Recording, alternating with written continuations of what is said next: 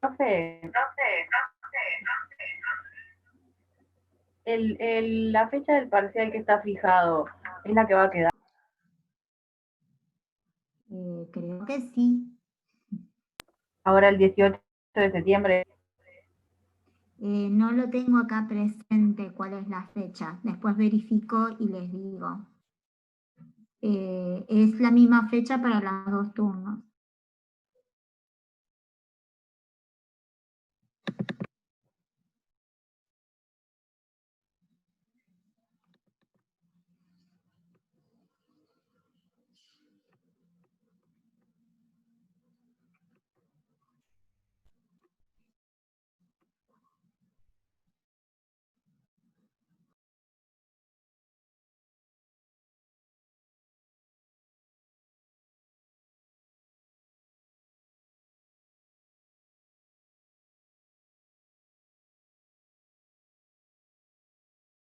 Profe, tenés el micrófono apagado.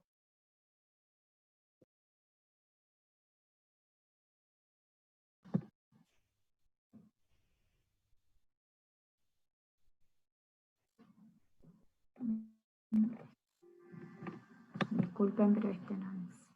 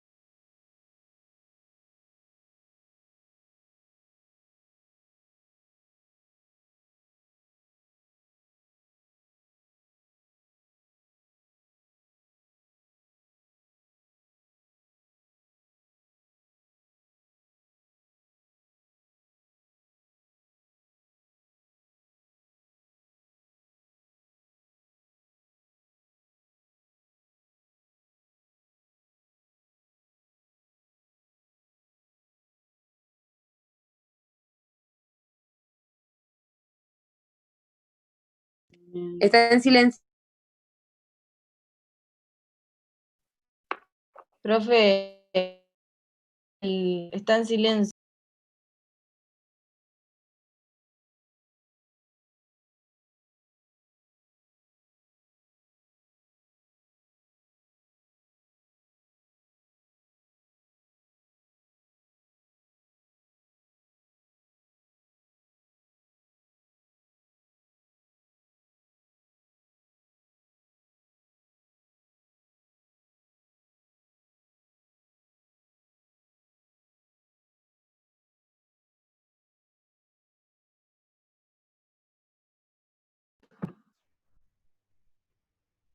¿Están viendo la presentación ahora?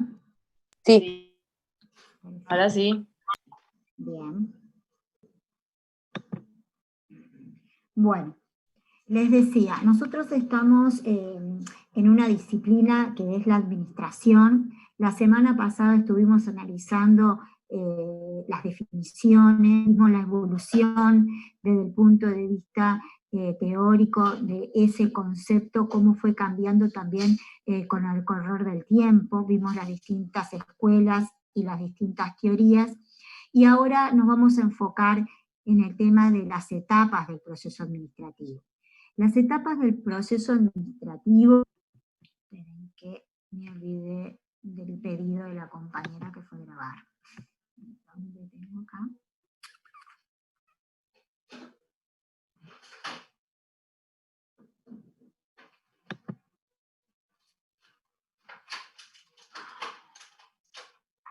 Denme un minuto.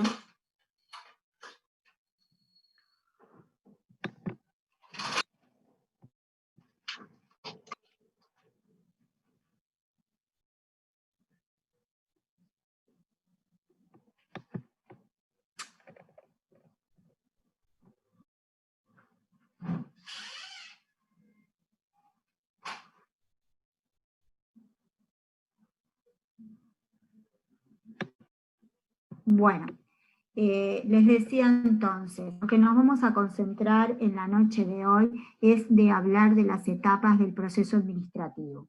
El proceso administrativo, según algunos autores, cuenta de 4 etapas: la etapa de planificación, la etapa de organización, de dirección y de control. También se puede sumar, según algunos otros autores, una 5ª etapa que tiene que ver con la coordinación, que es una etapa alternativa, entonces puede estar presente o no, y algunos autores le incluyen dentro de la etapa de la organización, la coordinación, ¿sí?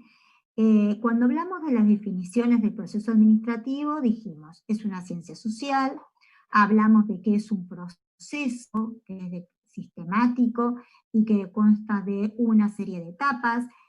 Hablamos entonces de 4 elementos fundamentales, el proceso de planificación, en ese proceso administrativo.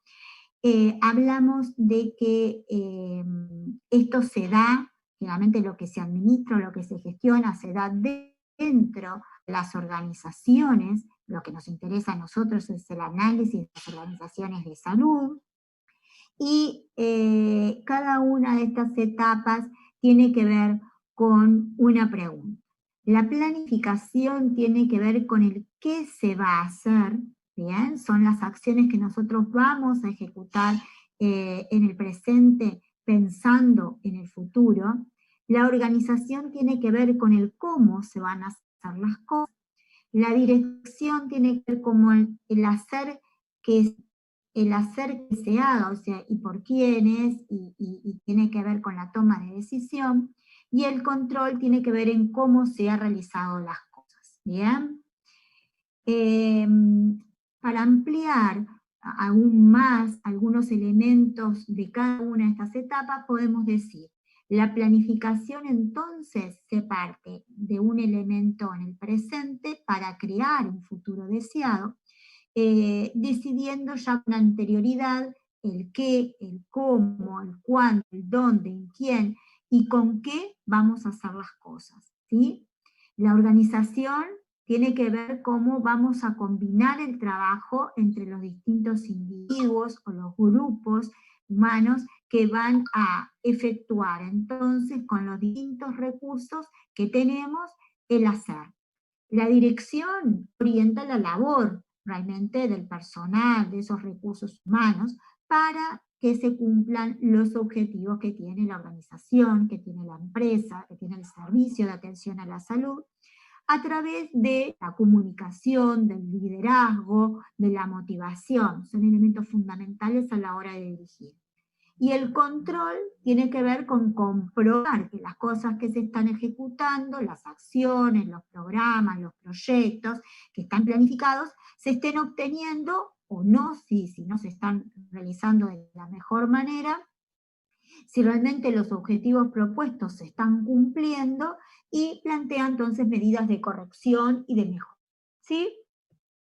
Entonces, cuando hablamos de que es un proceso que consta de una serie de etapas, que tiene elementos de entrada, que son los insumos que requerimos para que se procesen en sí mismos, se transformen y den como resultado determinados productos.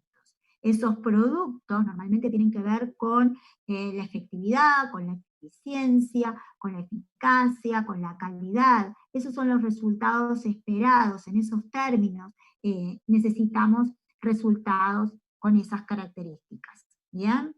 En el campo de la salud necesitamos tener mejoras de la salud de nuestros usuarios. Acá tenemos planteadas las etapas, y bueno, y vamos a ir entonces a analizar la etapa de planificación.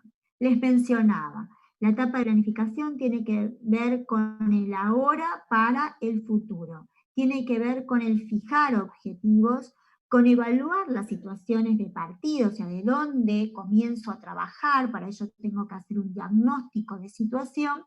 Voy a considerar distintas alternativas, distintos caminos a seguir, y voy a escoger la que me parece mejor. La idea es fijar planes de acción para poderlos ejecutar en un futuro, poder entonces también fijar las metas para el cumplimiento de los objetivos. La diferencia entre objetivo y meta es que en realidad en meta lo que hago es el planteo en cuanto al tiempo en el que vamos a concretar esos objetivos con los medios que tenemos a disposición. ¿Sí? En la planificación es muy importante tener en cuenta entonces características de la propia organización. Tenemos que tener en cuenta el adentro de la organización, pero también factores externos. Lo que establece la planificación estratégica, que es una manera moderna de gestionar, es pensar entonces en el afuera también. Las fortalezas, las debilidades que existen en la interna del servicio, pero también las amenazas o las oportunidades que hay fuera de ese servicio, ¿bien? En el entorno. Es importante entonces identificar distintas alternativas, los distintos caminos a seguir, las distintas acciones que podemos realizar para el mejor cumplimiento de nuestros objetivos, y también vamos a establecer entonces planes para tener presente elementos de apoyo y desarrollar nuevos productos o nuevas acciones, ¿sí? Con nuevos resultados. Tenemos que también cuantificar a través de la elaboración de presupuestos. Cuando estamos planificando es muy importante pensar en que existen costos de insumos, costos en la utilización propia de los recursos humanos, costos de materiales, y eso es necesario también pensar en su volumen, en el tema de los gastos, en las inversiones del equipamiento a futuro. Todo eso se planifica dentro de los servicios. ¿Por qué es importante planificar? Por tres cosas sustancialmente. Una, porque neutraliza la incertidumbre. Las dudas ¿sí? Se neutralizan. Nos va a permitir concentrarnos en los objetivos y también nos posibilita el control. Esas son las tres acciones fundamentales que nos permiten entonces planificar. ¿Cuáles son los pasos que debemos tener presente a la hora de planificar? Primero, hacer un diagnóstico de situación. El diagnóstico es conocer los síntomas o los signos que existen en las organizaciones para poder generar las acciones.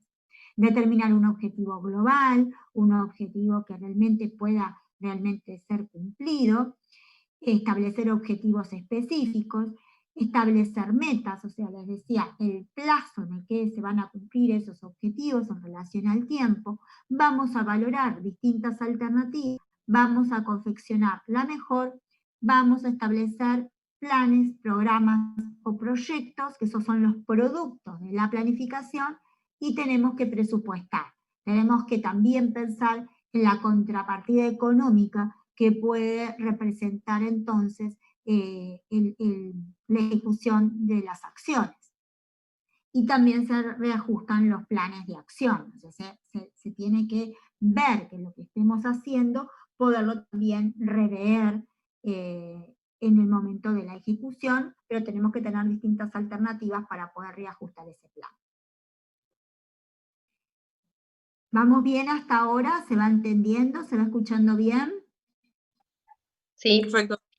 Sí. Bien. Entonces, ¿cuáles son las condiciones que se pueden establecer para que se dé un correcto proceso de planificación? Siempre vamos a planificar, pero lo tenemos que hacer de la manera más correcta. Primero tenemos que tener una estructura en la organización que esté definida en las autoridades, que estén definidas las responsabilidades de cada uno dentro de la organización.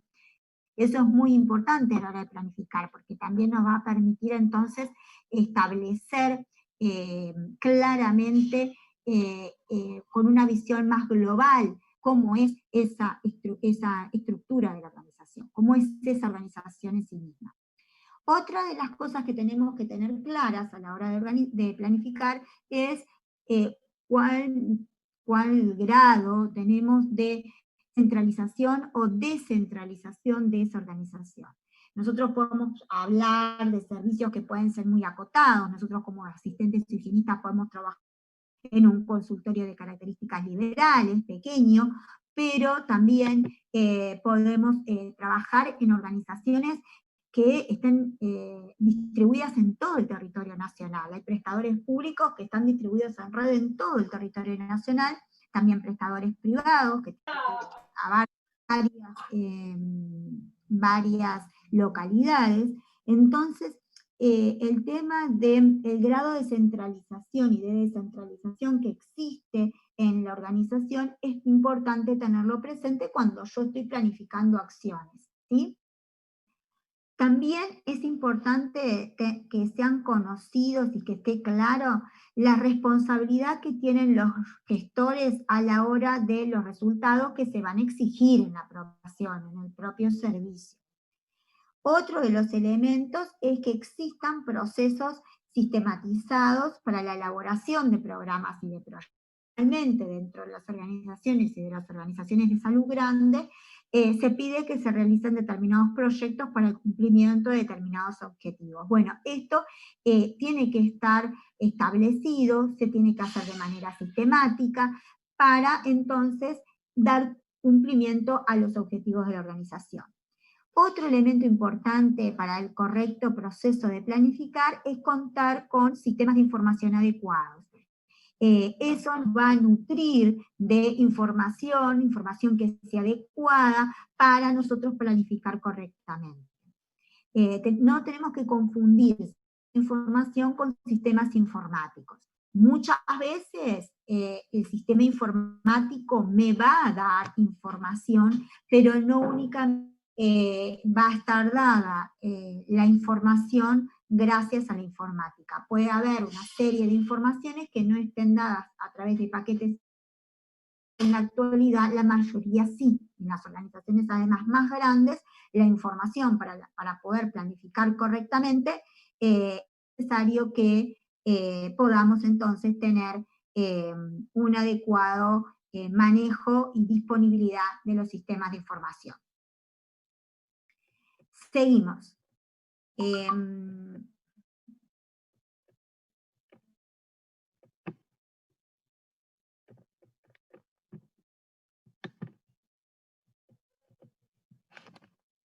ver qué está pasando acá.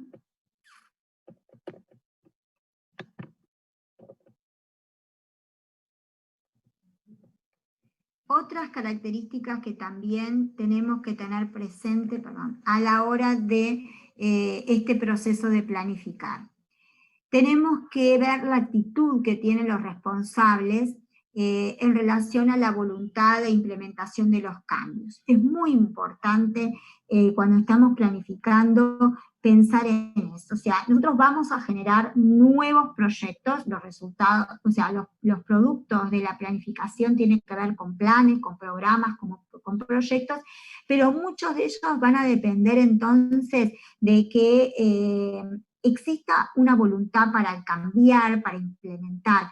A veces es necesario tener además un adecuado nivel de formación y de capacitación para que esto se dé, para que esto se entienda. La cultura de la propia organización tiene que ser conocida. Muchas veces nos encontramos con que la cultura de la propia organización, en instituciones ya establecidas, uno viene con muchas ganas de hacer transformaciones y planificar determinadas acciones y no se dan, encuentra resistencia. Bueno, eso tiene que ver porque tenemos que tener conocimiento a la hora de planificar de la propia cultura que existe en la organización, ¿sí? De cómo es que normalmente se hacen las cosas, qué hábitos existen dentro de las organizaciones, ¿sí? La planificación en sí misma tiene que ser un proceso flexible. Si planificamos de manera rígida, estanca, ya ahí tenemos complicaciones, no es correcto. Siempre tenemos que movernos con flexibilidad a la hora de planificar. Por eso siempre se planifica pensando en distintos planes de acción, distintos objetivos estratégicos. Se tienen una serie, entonces una amplia gama de planes y de acciones para poder entonces generar mejores resultados. Y debe de existir un seguimiento adecuado del proceso. Todos estos elementos que estuve mencionando hasta ahora nos permiten planificar de manera más correcta, ¿sí? En cuanto a los distintos tipos de planificación, hablamos de que existe una planificación normativa, una planificación estratégica y una planificación táctico-operativa. ¿Qué es lo que nos interesa de este cuadro? Además de los tipos de planificación, es conocer los productos de la planificación. ¿Cuáles son los productos de planificar? Son los planes, los programas y los proyectos. Esos son los 3 productos de planificar. ¿En qué se diferencian cada uno?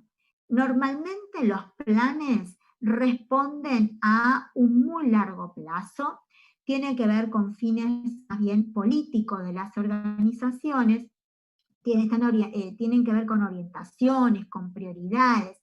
Muchos planes van a estar dados por múltiples programas y a su vez pueden estar conformados por múltiples proyectos, ¿sí? Cuando estamos hablando de programas, estamos hablando de algo ya a largo plazo o a mediano plazo también, pero tiene que ver con la determinación de fines, ¿sí? Orientaciones, prioridades también. Muchos programas van a estar conformados por múltiples proyectos, ¿sí? Ustedes van a formar parte, por ejemplo, de programas para la salud bucal, los que cursan higienista, bien. Pueden ser partícipes entonces de programas después asistenciales y preventivos, pero normalmente pueden estar trabajando mucho y ustedes pueden sí elaborar sobre todo y estar relacionados con proyectos. Los proyectos tienen que ver con una ejecución que va a estar dada a corto plazo normalmente, o mediano plazo, pero normalmente el proyecto es más acotado desde el punto de vista conceptual, tiene que ver mucho con la disposición de recursos, con los recursos existentes, con los que tengo que conseguir para concretar las acciones, y bueno, va a tener una relación entonces con recursos y actividades para alcanzar determinados objetivos. ¿Cómo se hacen los planes, los programas o los proyectos? Se pueden elaborar con los mismos contenidos. Yo voy a tener contenidos que van a estar relacionados con antecedentes, con justificación, con el enunciado del objetivo general y específicos, con las actividades, con la presupuestación, con el reconocimiento de determinados insumos, esos son los elementos, y también con una relación de anexos, y esos son los componentes fundamentales de cualquier proyecto o programa o plan, ¿sí? Depende del órgano financiador del proyecto o programa, si existen organizaciones internacionales que financian, también se les pueden pedir que la elaboración sea de una determinada manera, y va a estar pautada esa elaboración. Y nosotros, para realmente recibir esa financiación externa, vamos a tener que seguir los parámetros que nos están pidiendo, ya sea de cómo se elabora en cuanto a cantidad de caracteres que tenemos que escribir, los pasos que tenemos que seguir, ¿sí? Eso, cuando se hacen proyectos que son financiados por otros, se nos pide formatos específicos. Pero a grosso modo es lo que le contaba y lo que vamos a ver también en la siguiente presentación, que tiene que ver con contenidos que pueden ser similares entonces para programas, proyectos o planes. Acá lo que tenemos representado, ¿sí?, tiene que ver con un cronograma de actividades en donde tengo los meses y tengo las actividades a realizar, ¿sí? Los cronogramas pueden ser realizados de múltiples maneras. Después vamos a analizar uno, que es el cronograma de Gantt, que es un diagrama de barras que nos permite rápidamente ver las acciones. Les decía, productos de la planificación entonces, planes, programas y proyectos. Generalmente como producto de la organización como etapa, tengo entonces los diagramas de barras. ¿Qué es un programa? ¿Qué es un proyecto? ¿Qué es un plan? Es un documento que está escrito. Es un documento que nosotros escribimos durante la planificación, en donde va a estar descrito en tiempo y en el espacio, o sea, cuándo vamos a hacer y en dónde vamos a hacer las actividades para el cumplimiento de determinado objetivo de la institución. Esto es lo que les decía recién con relación a los contenidos de un programa o de un proyecto, puede ser de lo mismo. Vamos a tener en cuenta entonces en ese contenido los antecedentes. Cuando hablamos de antecedentes, ¿qué es lo que tenemos que definir en ese documento escrito? Es por qué queremos hacer el programa o por qué queremos hacer el proyecto, ¿sí? El porque existe una omisión en la atención, porque la población no tiene elementos de alfabetización en salud bucal, porque existe un vacío de información. Bien, pueden ser múltiples el por qué queremos hacer un programa o un proyecto, ¿sí? Se junta muchas veces en el enunciado antecedentes y justificación de un proyecto. La justificación en realidad lo que justifica, como su palabra lo dice, es por qué es necesario hacer el programa.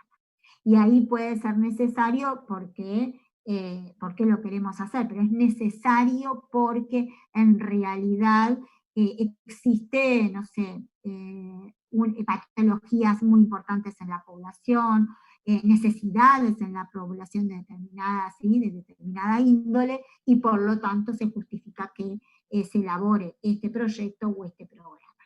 ¿Está? El tercer elemento es pensar en un objetivo general. Y tiene que ver con la pregunta de por qué, para qué va a servir el programa a largo plazo. ¿Ah? Esa es la pregunta que responde el objetivo general. El objetivo general, como los objetivos específicos, tienen que estar elaborados en verbos en indefinitivo, tienen que ser claros, tienen que ser precisos, no son redacciones el planteo de un objetivo. Tienen que ser claro, acotado, ¿bien?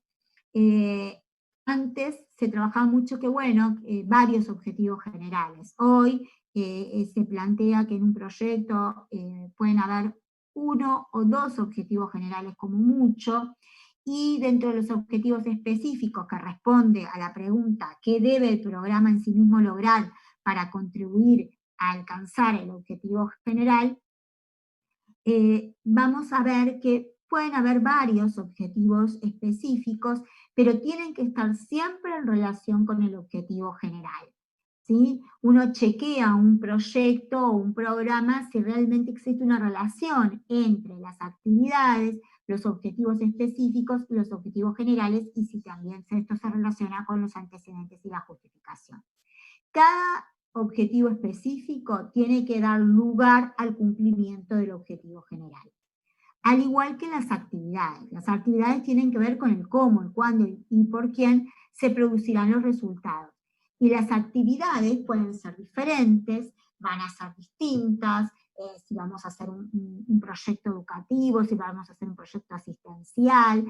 Van a ser diferentes tipos, las actividades pueden ser diferentes, numerosas, pero siempre tienen que estar en relación al cumplimiento de los objetivos específicos. Puede haber una actividad que tenga que ver directamente con el cumplimiento de un objetivo específico, o puede haber una actividad que tenga que ver con el cumplimiento de varios objetivos específicos. ¿Bien?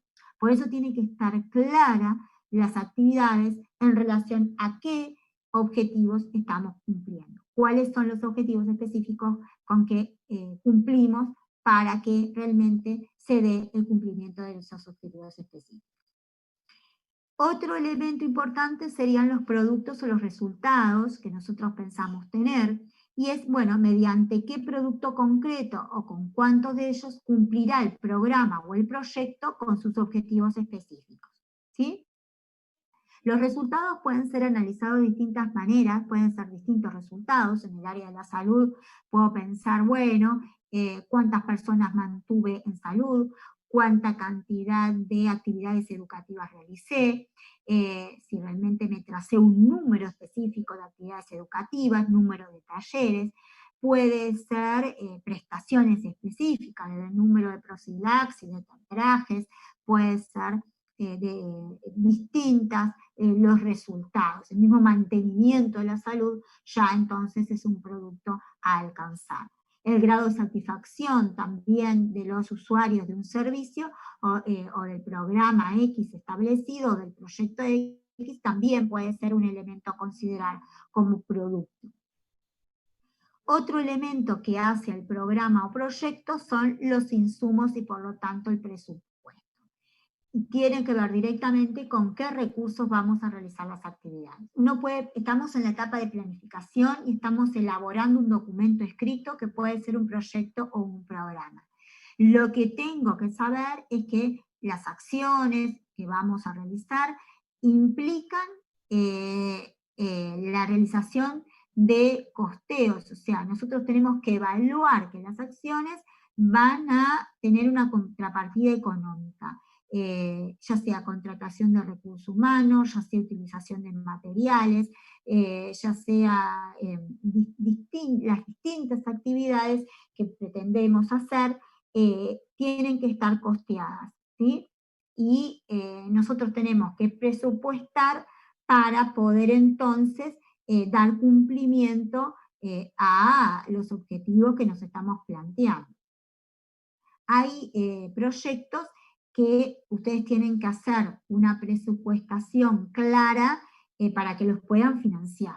Por ejemplo, hay un proyecto que les dice, bueno, si ustedes ganan este proyecto van a tener 35.000 pesos. Bueno, ustedes le piden en qué se va a gastar esos 35.000 pesos. Y ustedes tienen que presupuestar. Bueno, a ver, se va a gastar en contratación de recursos humanos por el trimestre en el que se va a hacer ese proyecto, o que se va a ejecutar. Yo tengo que contratar para los gastos de papelería, para folletería, para dar difusión. Vamos a necesitar presupuestar, por ejemplo, bueno, la cantidad de tapabocas que voy a necesitar, la cantidad de insumos como alcohol gel. ¿Qué elementos voy a presupuestar en base entonces al proyecto X que vamos a tener en la mira, en el que vamos a estar trabajando?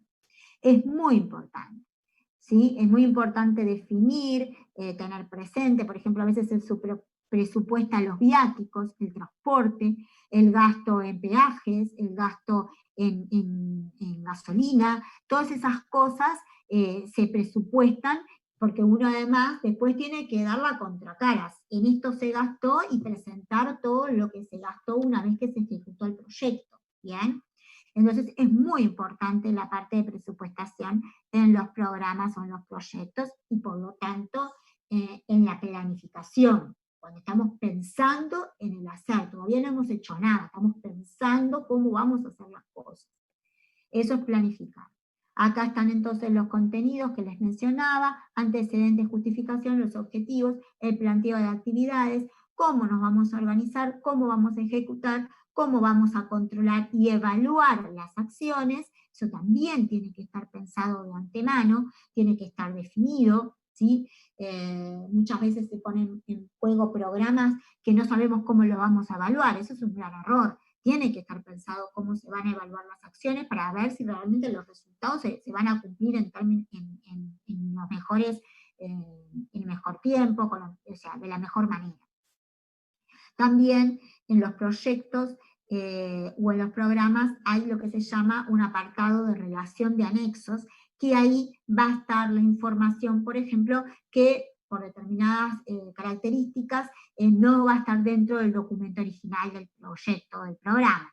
Va a estar en el anexo, amplía la información, y pueden ir también elementos, por ejemplo, desde el lugar de legislativo, manuales de la legislación, desde manuales de procedimientos que hacemos referencia en el proyecto, pueden haber ya elementos pensados de evaluación y estar puestos ahí en esa relación de anexos. ¿Está?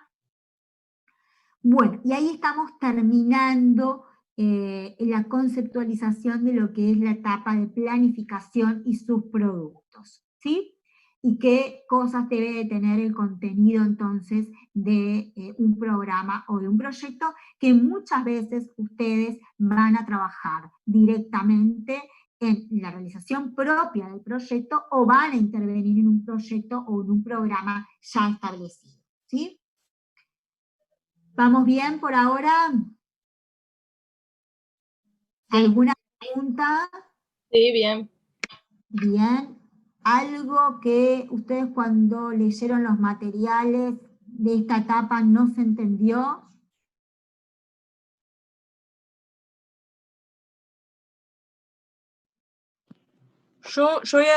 Me había trancado un poquito con el tema de las tablas, pero la verdad que entendí bastante bien, saqué ahí unos apuntes, me quedó mucho más claro. Eso por...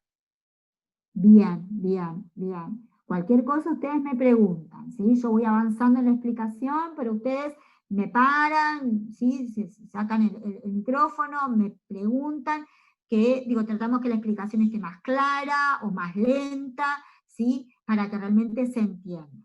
Y si pasa lo mismo en la clase siguiente, o yo releí, pero no me queda claro, también podemos retomar un espacio de preguntas cuando finaliza la clase, ¿está? En la siguiente oportunidad.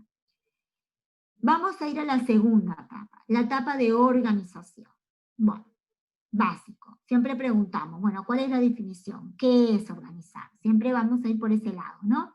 ¿Qué es organizar? Bueno, es comprometer a las personas, que pueden ser dos o más, un grupo, para que trabajen de manera junta, estructurada, para alcanzar las metas que tiene la propia organización, ¿sí? Tiene que ver que yo hago interactúan a las personas, también combino determinados materiales, recursos, para lograr el objetivo que tiene la institución, el servicio en el que estemos trabajando. Siempre con la perspectiva de que la organización tiene que dar lugar a un trabajo que sea eficiente, o sea, que se utilicen los menores recursos y por lo tanto se aminoren los costos. Siempre los recursos son finitos, son limitados, mientras que las necesidades son infinitas, son múltiples, ¿ya? Entonces tenemos que pensar en los costos. Bueno, seguimos.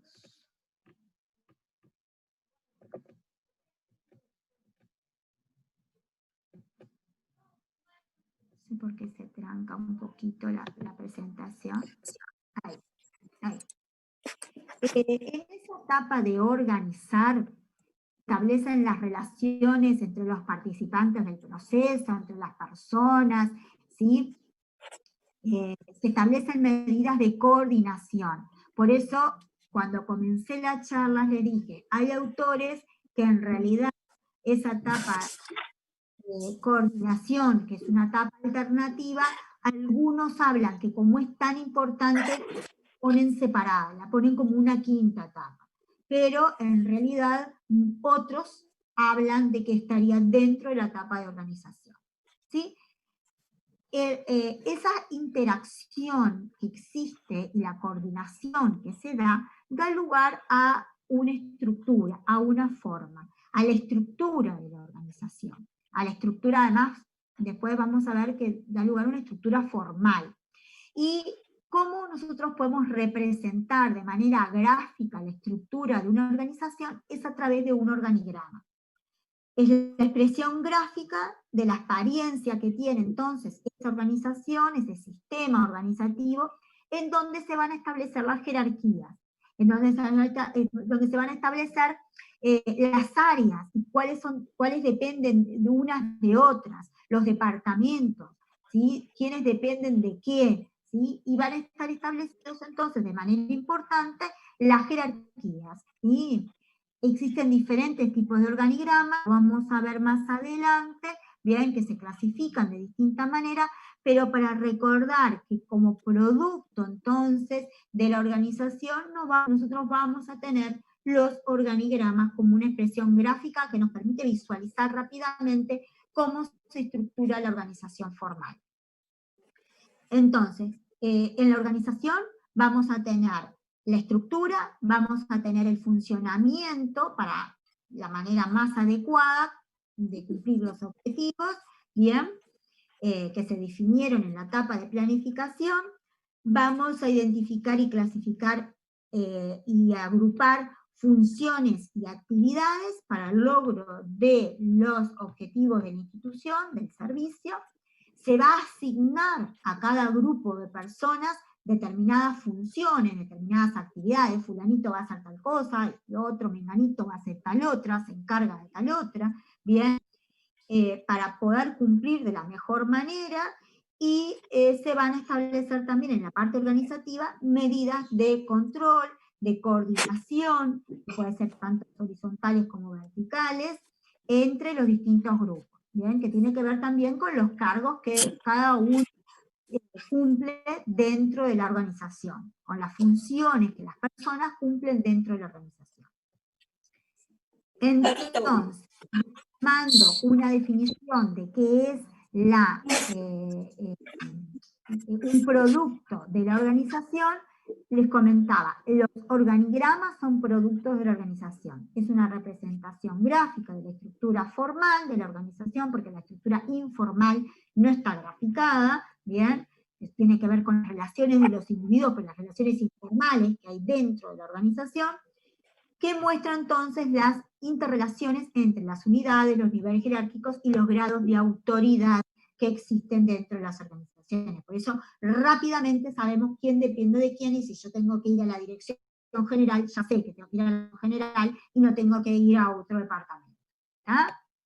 Acá, por ejemplo, se representa gráficamente un organigrama. Este es un organigrama vertical descendente que presenta entonces los distintos departamentos, las distintas unidades, y bueno, y acá vemos la jerarquía superior.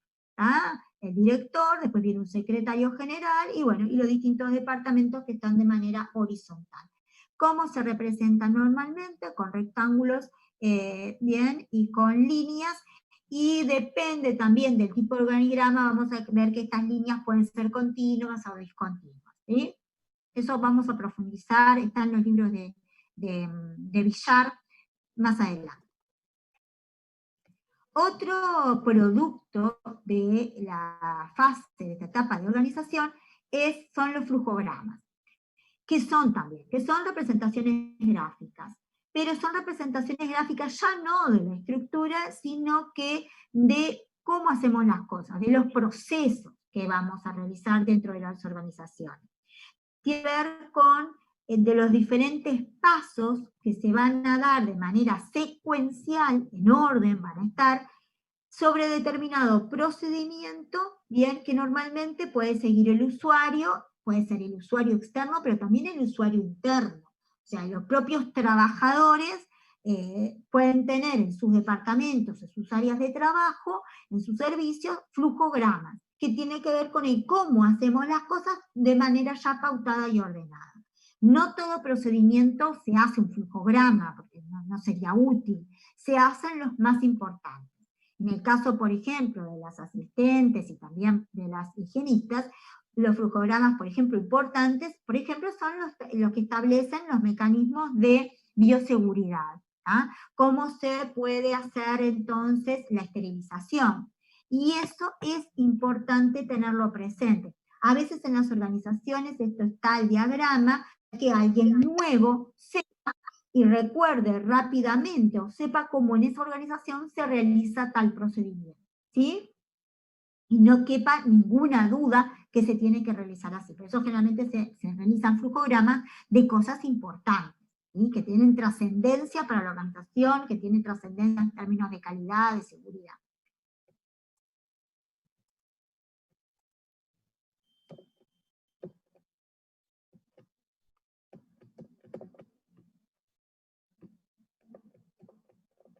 Bueno, a ver, se tranca.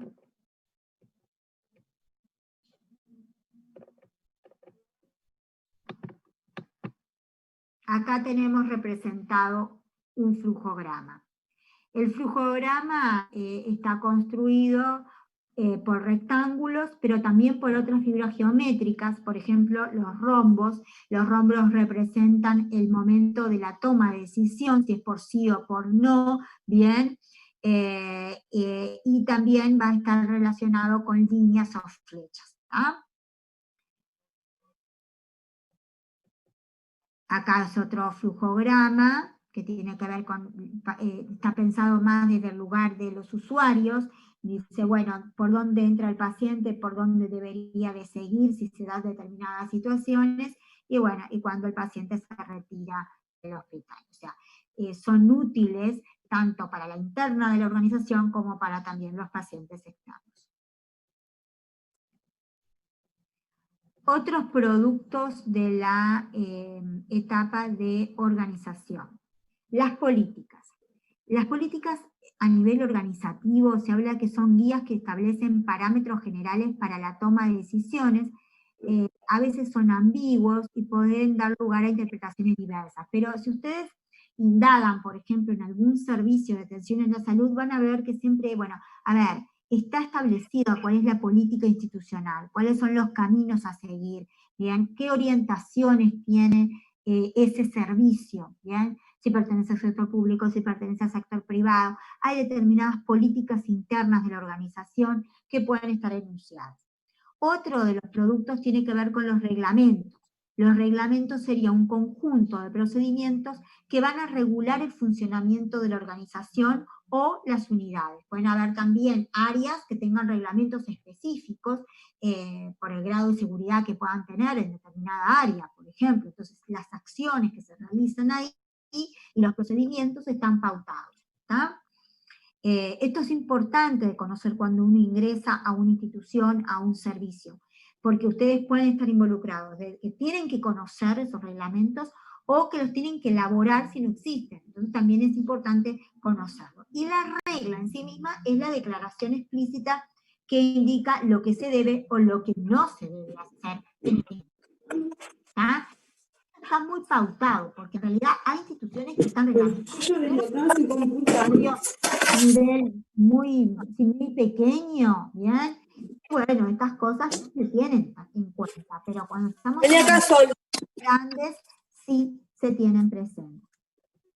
Entonces, vamos a mencionar otros... Vení acá, Maggie. Entra.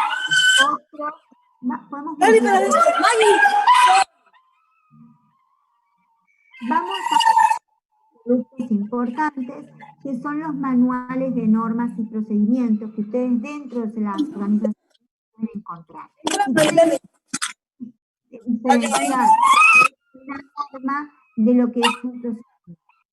Las normas tienen que ver con criterios que son de carácter objetivo, ¿bien?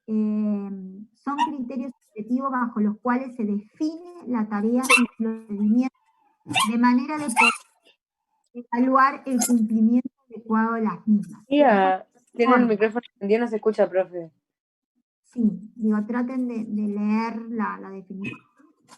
La idea es, las normas dentro de las organizaciones, al igual que lo mencionaba anteriormente, están definidas, están claras, son documentos escritos, ¿sí?, que uno tiene que conocer para poder cumplir con ellas. Las normas están hechas para el cumplimiento de las mismas, no son de manera arbitraria que se establecen normas dentro de las organizaciones. Y que uno no las conozca no significa que no vamos a tener sanciones por el no conocimiento. Es muy importante conocer las normas institucionales, es muy importante, porque a partir de su cumplimiento es que realmente estamos logrando los fines y los objetivos que tienen las instituciones. Y los procedimientos tienen que ver con los pasos secuenciales que están relacionados entre sí para enfrentar determinados problemas o situaciones que son predecibles. Entonces, a veces hay manuales de procedimientos definidos frente a determinadas circunstancias.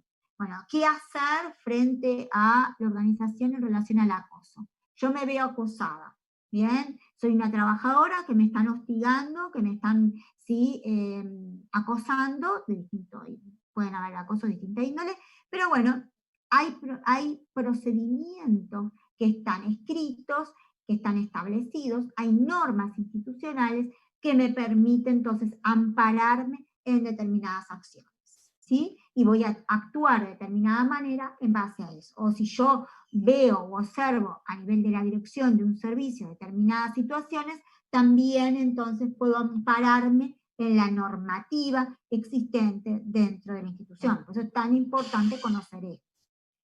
Otra de las cosas importantes dentro de las instituciones que son productos de esa organización, de ese relacionamiento que se dan dentro de las personas, es conocer la descripción, los manuales de cargos, los manuales que describen los cargos. ¿Por qué? Porque describen las tareas que deben realizar los individuos una vez que ocupan determinado cargo, ¿bien? Porque no podrían estar haciendo actividades que le corresponden a otros con otros cargos. Entonces es importante la definición de estas cosas. También a nivel del área de la salud se establecen dos cosas últimas dentro de, de estos productos de la organización que estábamos mencionando, que son las guías de práctica clínica que se elaboran como un conjunto de recomendaciones que se tienen que hacer de manera sistemática para ayudar a los profesionales, a los tecnólogos y a los pacientes en la toma de las decisiones frente a la atención sanitaria. ¿Bien? Generalmente se establecen esas guías para tomar mejores decisiones, ya sea para el profesional, para el paciente, para el resto del equipo. ¿Sí? En muchos países las guías de práctica clínica están redactadas, también son sustentadas por los colegios de odontólogos o los colegios de los profesionales, por las gremiales, pero si no, digo, las propias organizaciones pueden elaborar guías de práctica clínica para el manejo de las acciones. Y los protocolos, que son los últimos de los productos, que este año, ¿no?, con el tema de la pandemia es la palabra que hemos escuchado más, creo que incertidumbre y protocolos se ganan el pedestal. Los protocolos, ¿qué son? Porque también se utiliza muy mal el término protocolo. Los protocolos son conjunto de normas que tienen que ver con la atención, que van a estar definidas por expertos para mejorar la toma de decisiones de los profesionales en el proceso de dar asistencia a sus pacientes, a sus usuarios. Eso es un protocolo, ¿bien? General, no lo hace cualquiera el protocolo lo tiene que generar aquellos profesionales que son expertos, ¿sí? Depende de qué tipo de protocolo, será el protocolo o los profesionales que estén relacionados con la elaboración específicamente de un protocolo puntual. Pero son expertos. Generalmente los protocolos los hacen, bueno, desde el lugar ministerial, se hacen en lugar de, bueno, de las organizaciones educativas, con prestigio. Uno puede implementar en su servicio protocolos que otros han elaborado a nivel nacional. Lo de los ministerios es fundamental conocerlos. Bien, lo del Ministerio de Salud, en nuestra área de la salud, es fundamental conocer cuáles son los protocolos vigentes en materia de salud, ¿bien? Y bueno, y en los servicios, ya si vamos a hablar de servicios privados, también pueden ser que se elaboren protocolos en base a los profesionales que están trabajando allí. Pero van a tomar elementos de protocolos ya institucionalizados de fundamentada evidencia, ¿sí? Porque los protocolos tienen que ver con fundamento de la evidencia científica más actualizada. ¿Ah? Bueno, ahí estamos terminando entonces los diversos productos que tenía entonces esta etapa de organizar. La etapa de organización dio lugar a distintos productos. La etapa de planificación daba lugar a planes, programas y proyectos. La etapa de organización puede dar lugar a organigramas, puede dar lugar a flujogramas, puede dar lugar entonces a manuales de práctica clínica, a protocolos, a reglamentos. Bien, existe un matiz importante de productos. Vamos a la tercera etapa, la etapa de dirección. La dirección tiene que ver, y yo esto, porque lo primero que se les viene a la mente a ustedes es orden. Son los que dan orden, las direcciones. No necesariamente. Son los que toman decisiones. Las direcciones toman decisiones. Además de impartir órdenes, de orientar, de realizar correctamente coordinaciones para ayudar a que realmente se dé de manera bien correcta el trabajo, eficaz el trabajo, tiene que ver mucho con el motivar, tiene que ver mucho con el liderar, tiene que ver mucho entonces con la cooperación, para que realmente se cumplan los logros de la organización. Entonces, orienta e impulsa a la ejecución de las acciones. Yo, mientras estoy motivando, tratando de ser un líder, de propiciar que las cosas se hagan de la mejor manera, voy a lograr los objetivos propuestos a nivel institucional. La dirección implica la gestión de todos los recursos. Cuando yo estoy en un área de dirección, es como que veo todo, ¿sí? Voy a tener que visualizar muchos elementos. Voy a tener que visualizar el área de recursos humanos, voy a tener que visualizar el área de recursos materiales, la infraestructura, los recursos económicos, ¿bien? Me apoyaré con distintos instrumentos. La contabilidad va a ser uno, nosotros más adelante vamos a hablar de la contabilidad.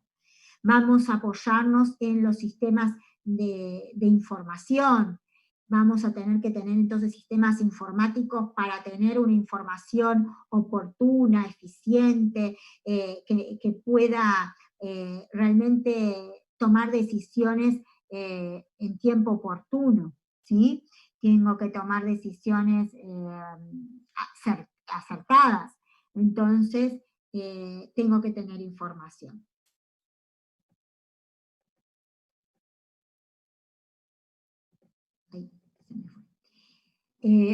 Muy importante cuando se está trabajando en programas, tener habilidades de liderazgo, habilidades de motivación, porque el motor de las acciones son los recursos humanos.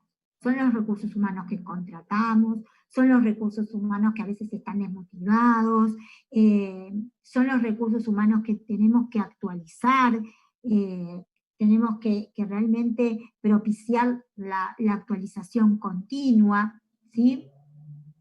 Y bueno, y es muy importante entonces cuando estamos en el área de la dirección o estamos tomando, estamos en el lugar de la dirección, que puede ser una persona o puede ser un consejo directivo, tenemos responsabilidades y tenemos que dar respuesta frente a los hechos que estamos generando o que se van a generar, ¿sí? Somos responsables.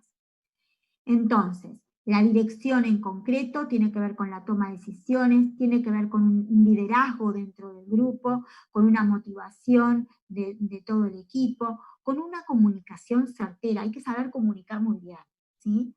Hay que ser pertinente en la comunicación, hay que ser hábil, de qué comunicar y qué no, o qué mecanismos podemos generar para la comunicación que sea eficiente, y tiene que ver entonces con la conducción de los esfuerzos que realizan las distintas personas dentro de las organizaciones y dentro de las distintas áreas o departamentos de una propia organización. Cuando estoy pensando en esto de tomar decisiones, digo, bueno, en realidad yo puedo tomar decisiones y tengo que seleccionar, ¿sí? Tengo que, como dice allí, dice, es la selección de una opción entre varias alternativas, considerada la más conveniente en cuanto a calidad, aceptación y factibilidad. Esos son los tres elementos a tener presentes, ¿sí? Yo generalmente voy a tener que tomar decisiones de situaciones problemáticas, de situaciones que sean prioritarias, ¿sí? Entonces tengo que tener una lógica en la manera en cómo vamos a decidir. Tiene que estar definido quién decide, y quién decide qué cosas, ¿sí? Porque en las distintas áreas se pueden tomar decisiones diferentes, pero en un órgano central de dirección, yo tengo que definir quién es quien decide, tiene que estar definido, es el director, ¿bien? Es la directora, ¿qué o sobre qué se decide? ¿Sí? Se decide entonces sobre la contratación de nuevo personal, se decide en la utilización de determinados recursos económicos que tenemos, ¿sí? Se decide en la compra de nueva infraestructura, de nueva tecnología. Es importante pensar también en qué momento se decide y en dónde. ¿Ah? Siempre tener la perspectiva del lugar en el que estamos decidiendo y del momento en que estamos decidiendo. ¿Sí? No es lo mismo decidir en una situación de crisis, por ejemplo la crisis sanitaria que estamos viviendo ahora, ¿sí? Que impone determinadas acciones en concreto pensando en seguridad, con un escenario que puede ser muy cambiante, a tomar decisiones que en realidad no estaban contempladas dentro de esta situación, por ejemplo, de pandemia, ¿sí? Es muy diferente. Otro de los elementos en la toma de decisiones es saber qué medios se necesitan para implementar la decisión, ¿sí? Yo puedo decir, bueno, vamos a hacer esto, vamos a ir por este camino, esta es la decisión correcta, pero en realidad no tengo los medios, o no tengo los recursos humanos necesarios para que realmente esto se produzca, no tengo los recursos económicos, o sea, la decisión puede estar dada, puede estar tomada, pero tengo que saber cómo se va a gestionar esa decisión, es fundamental. Y quién va a ejecutarla, ¿sí? Cómo se va a ejecutar, quién la va a ejecutar, qué interlocutores son los que van a propiciar esa ejecución, porque es muy importante, porque a veces las cosas no se transmiten o se ejecutan mal, y en realidad no es porque se tomó una mala decisión, sino porque se gestionó mal la decisión, y eso es muy importante tenerlo presente. Cómo también se evaluará y se controlará el cumplimiento de la decisión es un punto clave, porque también tengo responsabilidad al respecto. Yo digo, bueno, sí, esto es lo que vamos a hacer, fantástico, esto es lo que yo dije que se tenía que hacer, pero en realidad después nadie chequeó que eso se realizara de la manera en que la dirección dijo que se tenía que hacer, y entonces ahí nos encontramos con problemas. Y eso, ojo, porque pasa todos los días. Y ustedes van a estar involucrados en lugar de asistentes y higienistas de permanentes decisiones, de acciones que van a tener que tomar, pero que con seguridad implicó una definición y una decisión de alguien más. ¿Ah? Entonces tiene que ser bien entendida, tiene que ser bien evaluada, ustedes tienen que saber que sus acciones tienen consecuencias, ¿sí? Tienen consecuencias directas para la organización, pero pueden tener consecuencias directas en que lo sigan contratando o no, ¿bien? Pues si ustedes realmente erran en las acciones de la toma de decisión que alguien, ustedes erran en las acciones que alguien encomendó en la ejecución y que fue una decisión importante desde la dirección, por ejemplo, van a estar comprometidos, porque no se está cumpliendo con los requisitos institucionales que parten de la dirección de servicio.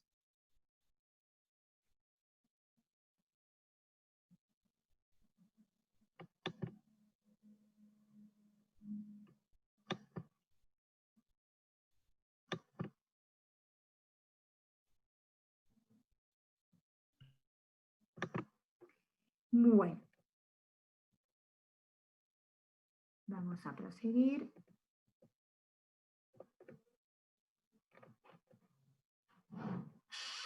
Vamos lento porque la proyección está un poco detenida. Recién le di ingreso a unos compañeros. Se ve que se desconectan, ¿sí? Se les desconecta.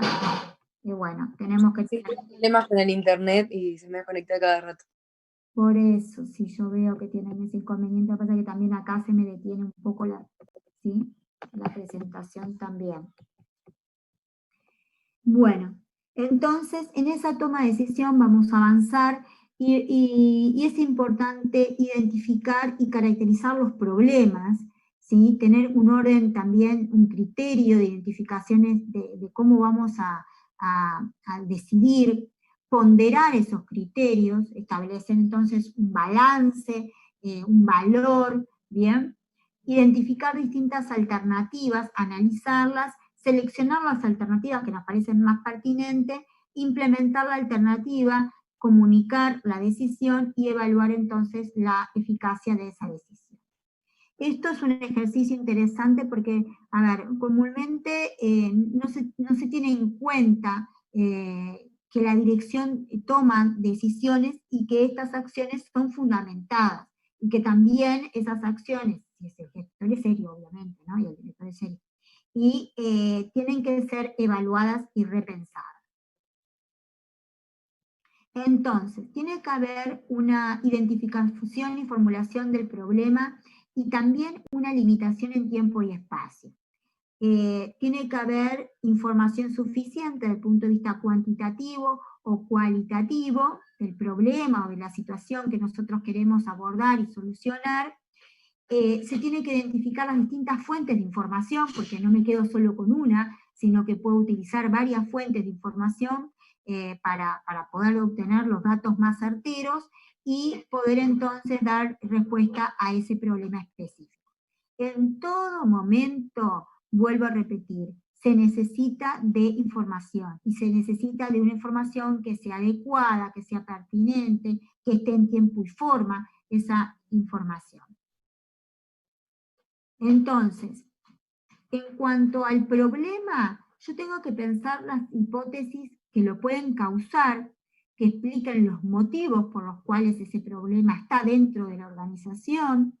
Tengo que evaluar las posibles soluciones, tengo que analizar los distintos escenarios, o sea, decir, bueno, si yo tomo esta decisión, ¿en qué va a mejorar?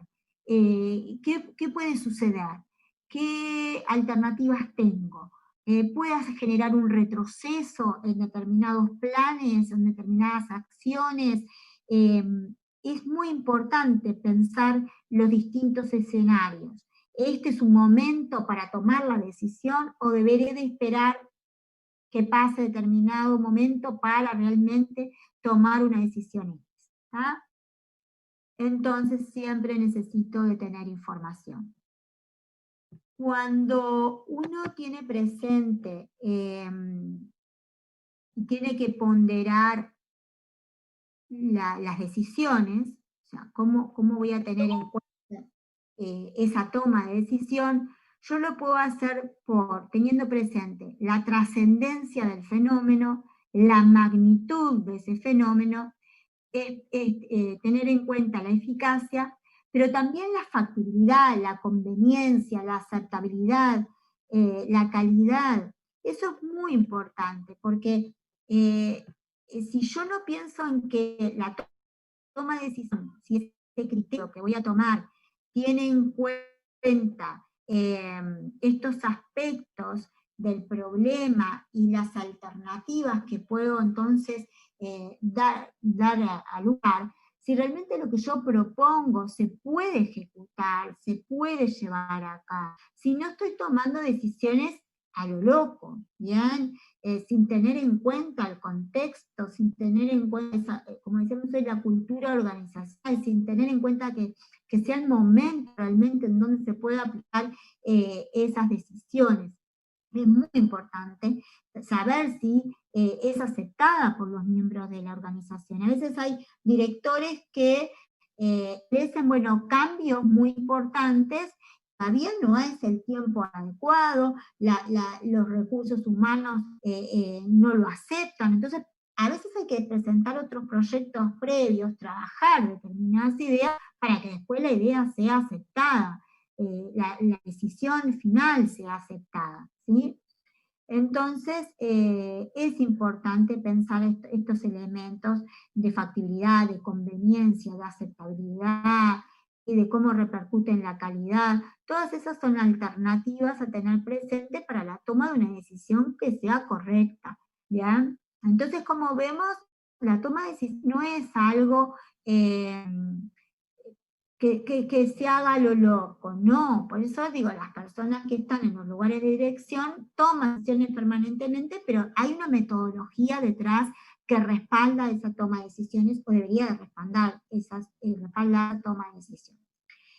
Cuando uno está en esa ejecución y esa evaluación de la decisión, la comunicación era muy importante, lo mencionábamos anteriormente, y esa comunicación tiene que ser clara, objetiva y unívoca, o sea, realmente tiene que ir en una sola dirección, no puede ir en un ir y venir, en un ir y venir, no, se tomó determinada decisión, se va a ejecutar de determinada manera, van a haber determinados responsables, va a haber una responsabilidad que se va a dar a partir de la ejecución de esas decisiones, bien, y después se va a evaluar si esas decisiones generó un impacto positivo o impactó negativamente dentro de la organización.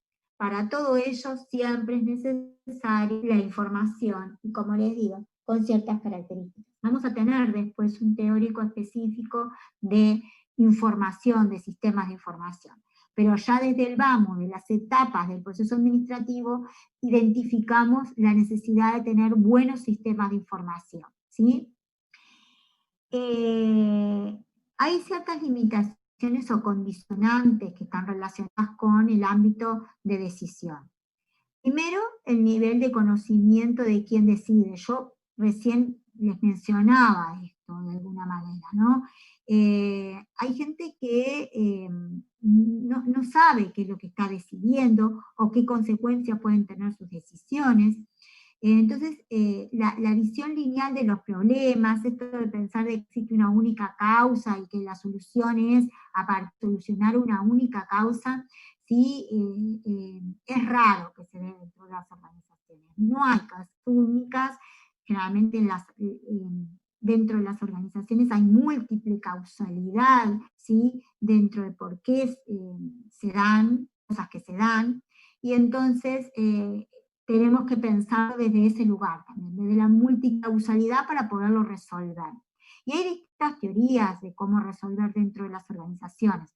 Una teoría, por ejemplo, que se trabaja mucho entre las organizaciones de salud, es la teoría del caos. O sea, pensar que cada acción tiene su consecuencia y que en realidad se pueden abrir tantas posibilidades dentro de las organizaciones, que bueno, que tienen que ver con esto, con una red causal, pero tiene que ver con esa perspectiva de que múltiples escenarios pueden dar lugar a múltiples resultados y múltiples procesos están enrabados para determinados resultados, ¿sí? Hoy se habla de eso, hoy se habla de la teoría del caos mucho, y se trabaja, y se planifica, y se organiza, y se dirige también teniendo en cuenta esta teoría. Es importante también conocer el problema a fondo, lo que está aconteciendo, por eso cuando decíamos, bueno, para conocer el problema a fondo necesito información, ¿sí? Y esto también tiene relación directa con el nivel de seguridad sobre la decisión y la posibilidad de solución que tiene lo que estamos analizando. Otro elemento importante es la toma de decisiones en grupo, ¿bien? Esto es interesante, el trabajo en equipo, el pienso en conjunto, es sumamente importante, la complejidad que tienen además las organizaciones en salud. Entonces, el querer acaparar todo en un lugar de dirección, a veces es errado, pues es muy importante tener equipos de trabajo y trabajo en conjunto para confrontar entonces las distintas posibilidades, los distintos lenguajes, para consensuar distintas opiniones. Es muy importante en el ámbito de las decisiones. Que si no los tenemos es una limitante. En cuanto a otras limitantes, pueden ser dadas por el propio diseño de la institución, de la organización que estemos trabajando. A veces hay estructuras que son inconsistentes, o sea, son estructuras que no permiten trabajar de manera efectiva. Hay una inadecuada distribución de las tareas, y entonces hay que modificar hasta los reglamentos de cómo se distribuyen las tareas. Hay ámbitos de control ¿sí? que son más amplios de los debidos, entonces por más controlar voy a tener los mejores resultados. O son muy centralizadas o muy descentralizadas las organizaciones, y esto conspira con la toma de decisiones. Procesos organizacionales que están mal hechos, mal diseñados, mal pensados, y por lo tanto necesitan de ser reestructurados. Se habla de reingeniería de procesos para que, bueno, se puedan tomar mejores decisiones. Y un tema muy importante es la limitación vinculada a las políticas de los recursos humanos. O sea, la ausencia de identificación con el problema y la solución propuesta por parte de los individuos de la organización. Por eso es muy importante que cada uno dentro de la organización sepa que sus acciones tienen consecuencias. O sea, desde el lugar de un higienista, de un asistente, desde el lugar del odontólogo, del laboratorista, cada uno con lo que hace día a día, su actividad diaria dentro de la organización, genera o no genera, bien, limitantes. Tienen que ser conocidos qué es lo que hacemos, porque, y con qué objetivos estamos trabajando, cómo hacemos las cosas, porque si no vamos a encontrar que va a ser una complicación a la hora de tomar decisiones si no lo conocemos. La falta de motivación, la poca empatía, o sea, el ponerse en el lugar del otro, funcionarios o personal que no esté involucrado, que no esté realmente en el área de la salud, además, que es tan importante, que no esté motivado, puede ser una limitante muy grande en la toma de decisiones, porque siempre va a poner un hándicap negativo en esa toma de decisión, en la ejecución de las acciones en concreto que se tomaron. Entonces son, ¿sí?, elementos bastante negativos. Otro de los temas también relacionado con la toma de decisiones es cuando se va del problema, cuando no se quiere ver los problemas existentes y se van derivando los problemas, pero no se van resolviendo. Eso es un tema que se da también dentro de las organizaciones, como que se patea para el costado, ¿sí?, o se deja seguir y en realidad no se toman decisiones importantes. Hay también las posturas inactivas, ¿sí? Es complicado en las organizaciones, ¿sí? Se eluden los problemas, las confrontaciones. ¿Para qué me voy a meter en esto si total, ¿sí?, yo cobro el sueldo todos los meses? Uno podría decir dentro de las organizaciones. Bueno, pero eso involucra que los resultados sean magros, que los resultados realmente no sean los pertinentes para los usuarios, que el que tomó las decisiones, bueno, esté teniendo inconvenientes. Entonces, la resolución de los problemas tiene que darse cuando realmente se presentan, pero no toda resolución de problemas tiene que ser inmediata. Eso es otra de las cosas importantes. A veces hay que esperar para resolver los temas que se están presentando en las organizaciones. Depende del grado de urgencia que también tengan esos problemas. Muchas veces es necesario realmente establecer que un problema que se suscite dentro del servicio puede representar una oportunidad. Y esto hace y marca la diferencia entre las personas, dentro de las organizaciones, y por ejemplo en los mandos medios o en los mandos ejecutivos. Cuando las personas en realidad, debe de ver el problema y ahogarse en un vaso de agua, en realidad establecen que eso es una nueva oportunidad Bueno, eso es perfecto, eso es perfecto. Sale fortalecido. Yo digo, bueno, en este contexto de pandemia, las organizaciones se han visto enfrentadas a situaciones críticas, ¿bien? A toma de decisiones críticas. Pero si realmente una conciencia se tomó como una oportunidad para crecer en determinadas áreas, eso es genial, porque en realidad no se está viendo la parte, ¿sí?, la parte negativa, sino que se está potenciando y con una actitud proactiva en el azar.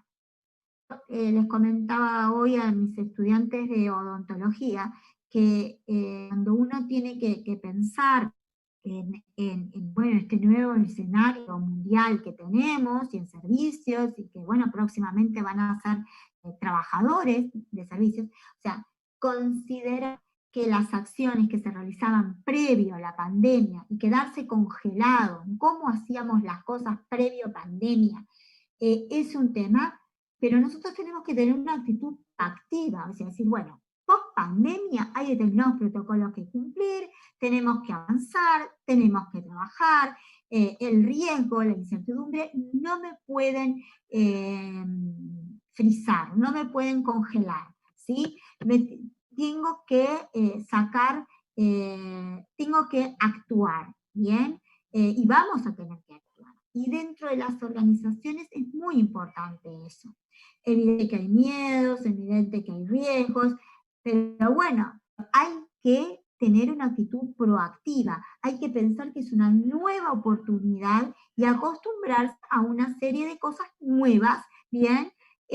Pero ya la actitud positiva a querer superarla es muy importante dentro de las organizaciones y nos va a permitir tener mejores resultados que si estamos poniendo barreras, limitaciones, hasta desde el punto de vista mental, de por qué no, resistencias al no querer hacer, ay, me da miedo, ay, esto no, todavía no, falta par. Todos esos elementos restringen el accionar. Entonces hay que realmente tener un enfoque proactivo y anticiparse a los problemas. Realmente establecer qué cosas podemos evitar, ¿sí? Por ejemplo, estableciendo medidas de seguridad, si vamos a trabajar en la clínica, ¿bien? ¿Cómo anticiparnos a los temas?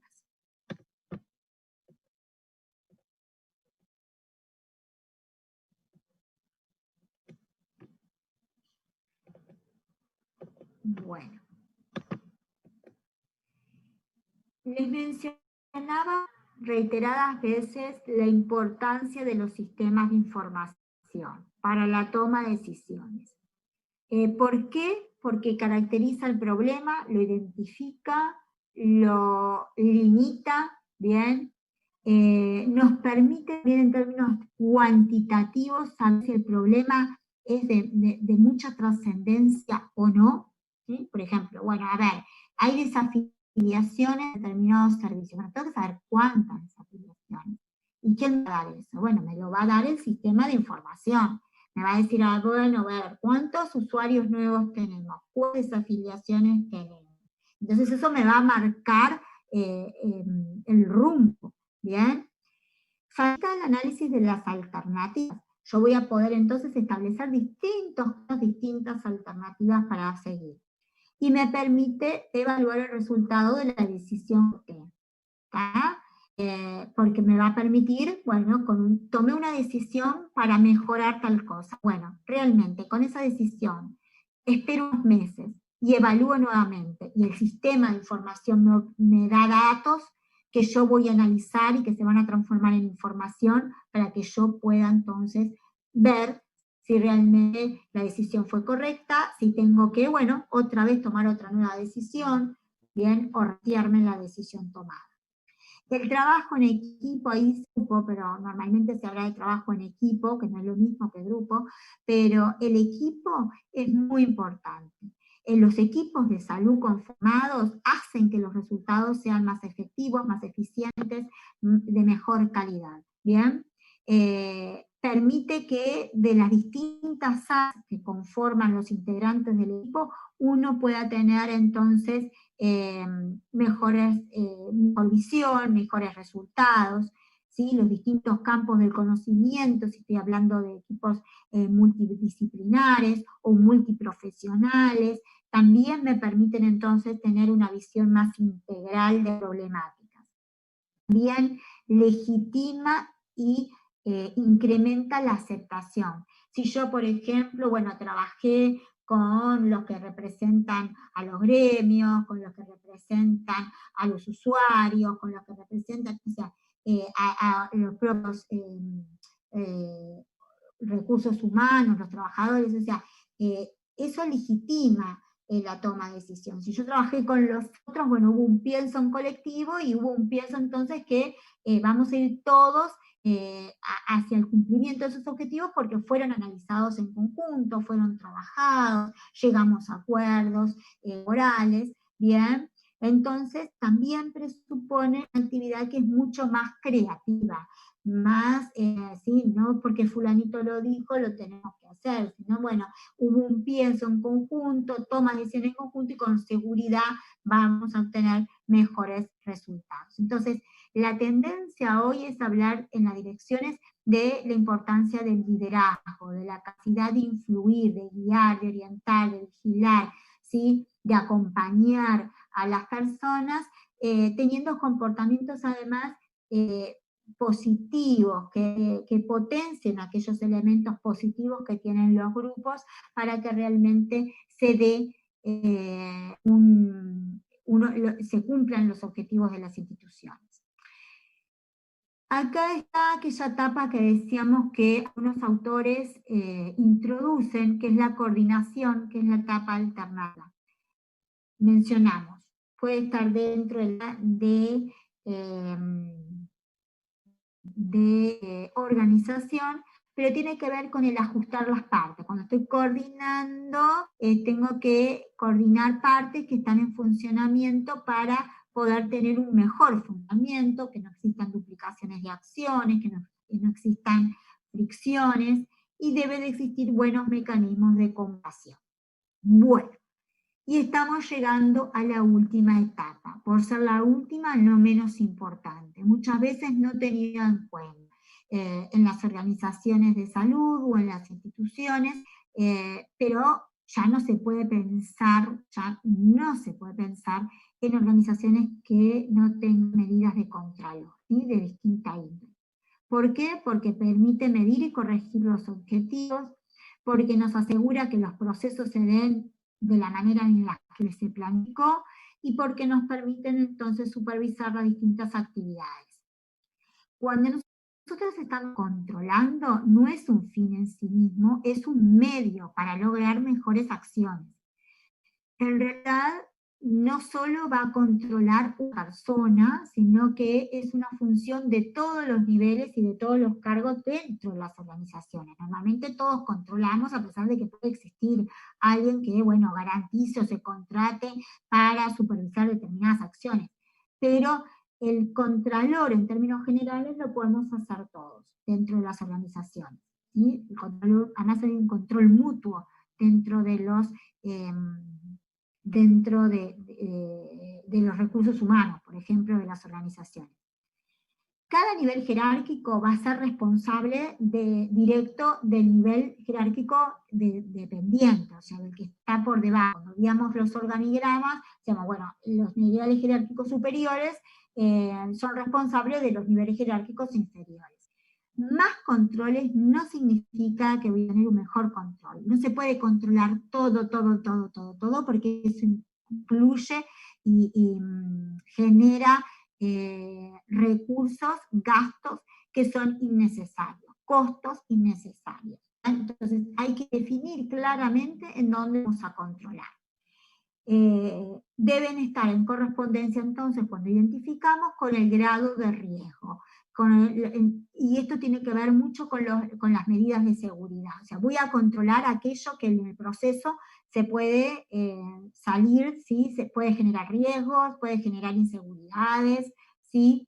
Y que atente contra la seguridad, ya sea de los pacientes o de los trabajadores. También en cuanto al control, se realiza sobre acciones presentes o pasadas. Normalmente, ¿qué vamos a controlar? Lo que se está haciendo actualmente o lo que pasó. Pero está orientado a una corrección para el futuro, ¿bien? Por algo, no es yo, bueno, voy a controlar y no veo nunca más y por eso, no, tengo que corregir, por eso estoy controlando, para que tengamos un futuro mejor dentro de la organización, para mejorar los procesos de trabajo. Y puede haber un costo de no control, o sea, el costo de no control no debe ser mayor que la pérdida o el daño que se pretende evitar o corregir.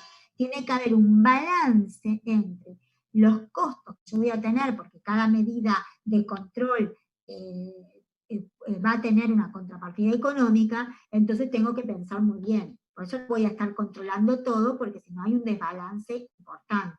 ¿Bien? Tengo que tener ese equilibrio. Entonces, nosotros podemos generar, a través de los sistemas de información, control de puntos críticos, o sea, puntos específicos de mayor riesgo. Puedo hablar también de un control integral, que es que cuando se controlan áreas, la gestión de calidad, por ejemplo, el control de equidad, tiene que ver con una visión integral de las áreas, tiene que ver con lo interpersonal, con la infraestructura, ¿bien? Y con lo técnico. Y hay formas de controlar que pueden ser continuas, periódicas o ocasionales. Ahora, estamos ya en el punto final de la noche y queremos ver, y esto por favor recordarlo, existen muchas o múltiples medidas de control. Nosotros podemos controlar desde observando, mirando, observando directamente. Yo agarro, voy al servicio y veo cómo las asistentes están trabajando. Por ejemplo, cómo descontaminan el instrumental, cómo se hace el proceso de esterilización, simplemente observando. Puedo ver a la higienista o a los higienistas si realmente están respetando las posiciones ergonómicas, si realmente están parados, si realmente están posicionando bien al paciente, si están bien ubicados en el asiento, las posiciones correctas de trabajo. Eso lo puedo perfectamente observar y no gasto un peso si realmente digo, estoy haciendo una observación y corrigiendo. ¿Bien? Entonces la observación es una medida de control, ¿bien? Que va a estar en beneficio, sea de los pacientes, o va a estar en beneficio también del propio trabajador, porque muchas veces uno observa y corrige para tener mejores resultados, y en términos de lo ergonómico, para tener también mejor salud del trabajador.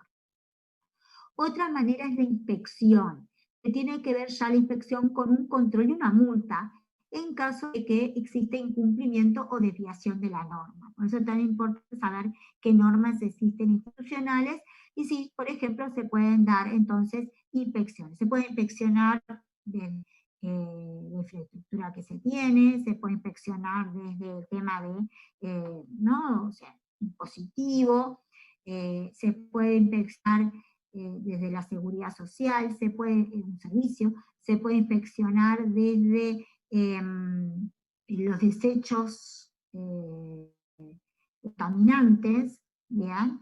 Esto es importante, porque además muchas veces están involucrados los asistentes que trabajan en los servicios, bueno, y se generan multas a los servicios.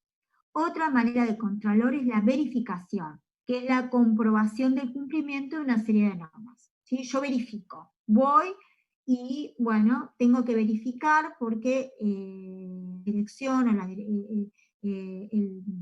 dirección de este servicio estableció determinadas pautas. Bueno, yo voy a verificar si realmente esas pautas, esas normas se están cumpliendo o no. Bien, si no se cumplen, bueno, también habrá sanciones para quienes no lo cumplen, ¿no? Y eso es importante conocerlo, ya sea higienistas o asistentes, de que pueden estar controlados, pueden estar supervisados, se hace verificación de lo que se hace, y bueno, si muchas veces se está verificando y siempre son los mismos funcionarios, a los funcionarios que están actuando de manera incorrecta, digo, se establecen sanciones, o si no, se los inhabilita para trabajar, se suspende su accionar en ese servicio. Otra cosa es la supervisión supervisión. La supervisión es la observación directa, pero desde arriba. Yo tengo un nivel jerárquico y en la observación puede ser cualquiera que esté observando y anotar, por ejemplo, si se cumplió o no con una desinfección correcta del instrumental. En la supervisación ya hay alguien que tiene un rango superior y está generando entonces esa observación directa. ¿Bien? Y bueno, y va a establecer medidas entonces de análisis, de registro, para establecer si realmente se está dando el cumplimiento. El monitoreo, que es una palabra que se utiliza normalmente también y en muchos medios de comunicación, el monitoreo es un proceso continuo y sistemático por el cual se verifica la eficiencia y la eficacia y va a aportar información para sistematizar resultados y procesos. El monitoreo es como, una foto de carácter permanente de lo que va sucediendo, y esto es costoso. Los monitoreos normalmente son costosos dentro de las organizaciones, se pueden hacer seguimientos, se pueden hacer entonces evaluaciones, ahora vamos a ver qué son las auditorías, y los monitoreos también se pueden hacer, pero lleva más costo. La auditoría tiene que ver con el análisis de registros y de proyectos. La auditoría puede ser interna, puede ser externa. Interna cuando la propia organización es que manda a hacer un análisis exhaustivo a través de determinados registros de lo que acontece en esa organización. Las auditorías pueden ser de procesos, las auditorías pueden ser a nivel de registros contables, ¿bien? Es importante, a veces se contratan organizaciones externas para hacer la auditoría, para que no esté involucrado nadie de la propia organización que pueda, cambiar los hechos, ¿sí? Las auditorías son importantes, nos permiten, la auditoría en realidad se hace con fin de corrección, no se hace con un fin de sancionar, no se hace con una finalidad, a pesar de que puede tener otras finalidades, pero se hace con la finalidad de poder corregir los procesos, ¿sí? De lo que se hace, poderlo corregir. Por eso siempre en una auditoría se elaboran documentos y se dicen, cuáles serían las acciones correctas a seguir, en dónde se encontró dificultad y qué es lo que debemos modificar. Eso se plantea en una auditoría. Por ejemplo, se hacen auditorías de historias clínicas. Y en un curso de administración es muy importante. El otro día tomamos exámenes y fue una de las preguntas. O sea, cuando hablemos de registro vamos a ver la importancia de la historia clínica como un registro, el registro fundamental que tenemos en el área de la salud y en el área odontológica, por ende, y nosotros, el punto administrativo, podemos controlar a través de auditorías de historias clínicas. Yo puedo tomar al azar determinadas historias clínicas, un número específico de historias clínicas, y puedo analizar mucha cosa. Puedo analizar, por ejemplo, la calidad que está teniendo el servicio. Puedo analizar ese proceso de trabajo, cómo fue dado, ¿bien? Si realmente las historias clínicas están completas, ¿bien? Eso habla del proceso de trabajo. Si no le falta ninguna hoja, eso habla también del proceso de trabajo, ¿bien? Si no falta información, eso es muy importante desde el punto de vista administrativo para mejorar los procesos de las organizaciones. Y otra manera es la evaluación, que ya es un proceso integral, continuo, que implica investigación, que implica análisis de los cambios cuando estamos evaluando. ¿Bien? Bueno. Profe, disculpe, pero yo me tengo que ir de la clase, no sé si leyó el chat. No leí, pero entiendo. ¿Tu nombre cuál es? Lisa Pérez. Sí, te tenía registrada desde el inicio de la clase, Lisa. Sí, pero que ahora tengo que ir, por eso aviso. Sí, no, yo para ponerte el presente además. Dale, muchas gracias a todos, que pasen bien. Gracias, buen fin de semana. En realidad la compañera no se pierde nada, porque en realidad tienen la bibliografía. A mí me gusta hacer ciertos comentarios de la bibliografía. El libro de cabecera es Villar, como les mencioné la semana anterior. También el libro de Chiavenato es un libro que es de administración, se puede encontrar en bibliotecas de enfermería, por ejemplo, de medicina, porque se utiliza mucho en el área de la salud. Mixverse es otro que también se utiliza. Y después Nolo, en cuanto a, es un libro de medicina familiar y comunitaria, que también tiene algunos aspectos en cuanto a la planificación de las organizaciones, ¿sí? Y cómo se dan los programas, cómo se elaboran los programas. ¿Se entendió la noche de hoy? ¿Hay alguna cosa que quieran ustedes revisar, quieran preguntar?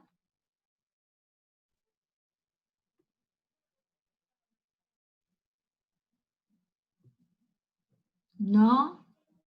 No, profe. No, profe. Bueno, entonces ahora voy a pasar lista, porque algunos ya los tengo, los que entraron en el inicio de la charla de hoy, a muchos les pasé la asistencia, pero me quedan muchos que o se cortaba y retomaron, o muchos ingresaron posteriormente. Entonces voy a ir pasando rápidamente y se van identificando. Acosta Lourdes Vanessa. Acá. Sí. Acosta Cecilia Soledad. Acá. Agnese. Aguilera. Sebastián. Acá, profe. Bien. Aguirre María Valentina. Acá. Bentos Lecha. Acá. Buyanov Alejandro. Cabrera Jennifer. Cedrés. Acá, profe. Bien. Chimabonian. Cuestas. Cuestas Pereira Maica. Curvelo.